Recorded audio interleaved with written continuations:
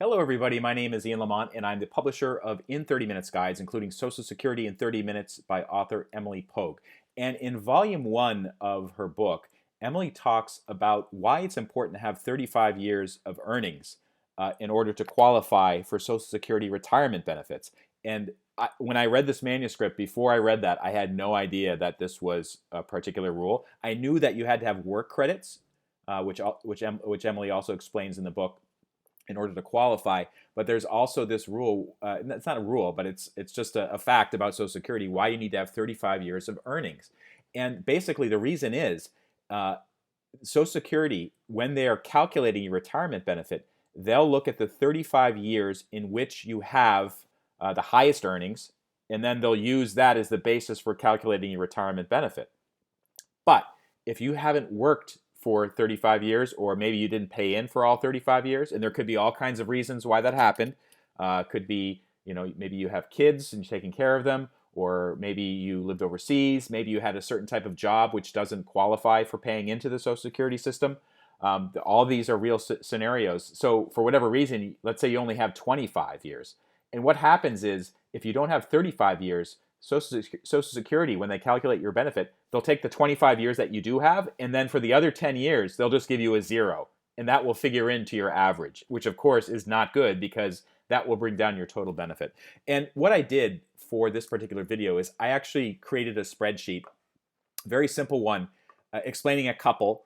Let's say they're born in 1970, and so they're the same age. And basically, this chart here, it shows over that period of time, starting in 1985 and continuing all the way into the future to the year 2034. That's 50 years later.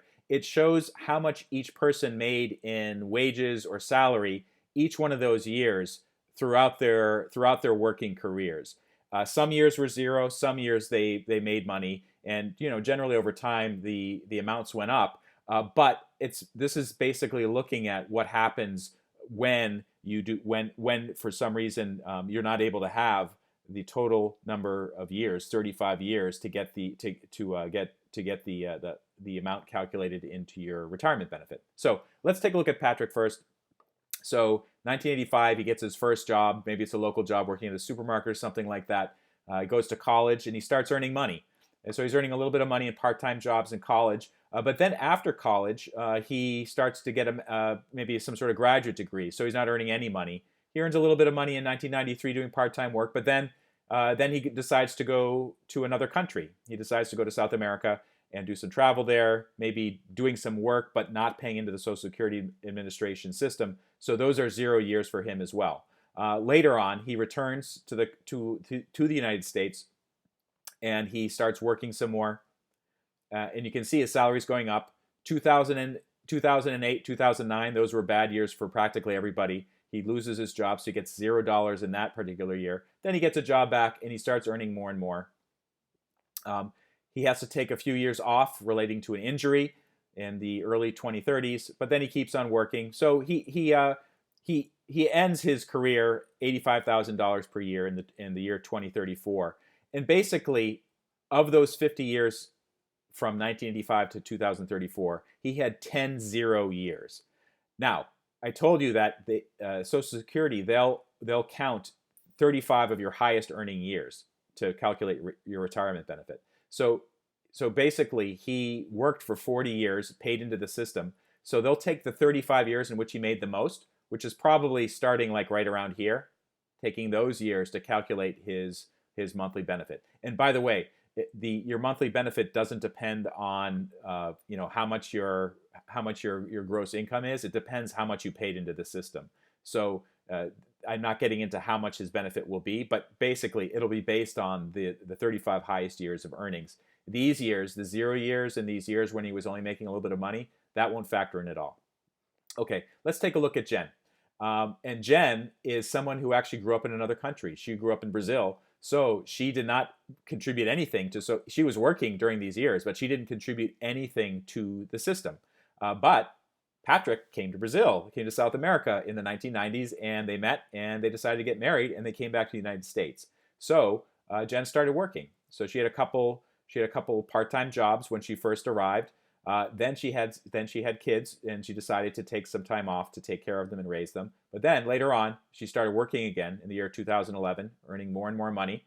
And eventually, she was at a state by the end of her career in the year 2034. She's actually making more than Patrick is, and she's paying into the system, of course, the Social Security system. But her issue is because she had so many 0 years at the very beginning of this period, and also when she was at home taking care of the kids. So she had 23 0 years. And basically, what that means is she only has 27 years in which she had Social Security earnings. So for the remaining 8 years, she'll get for that Social Security. Remember, they count the 35 years of your highest earnings. If you don't have 35 years, they'll just count those extra years as 0 years, and that will figure into your average. So for her situation, it's not working out so great. What she might decide to do actually is to continue working for additional years in order to make more contributions into the system. And by the way, I use Patrick and Jen as an example. It could easily be the other way around, or maybe for some reason Patrick didn't contribute for 10 or 20 years into the system for whatever reason, or there's all kinds of things that can go on. And you probably know people that might fall into this particular situation. And certainly in my family, we do. We have 0 years for some of the reasons that I just described here, and it can really impact your situation later on when you're trying to calculate your retirement benefits. So in the book Social Security in 30 Minutes, the first volume, which is retirement benefits, the author Emily Pogue really explains kind of how a lot of these things work at a very high level. However, I'd like to point out that you should actually go to the Social Security Administration website to get the very specific details about certain rules and regulations, also to see if they've changed since this video was made. And of course, for your own situation, that really depends on you. And for you to find out what you're going to be getting for retirement benefits, that's up to you to communicate with the Social Security Administration, either via their website or go into an office to find out what you're entitled to for paying into the system, and maybe how rules will affect how that benefit goes up or goes down. My name is Ian Lamont. I'm the publisher of In 30 Minutes Guides, available at in30minutes.com. Thank you so much for watching.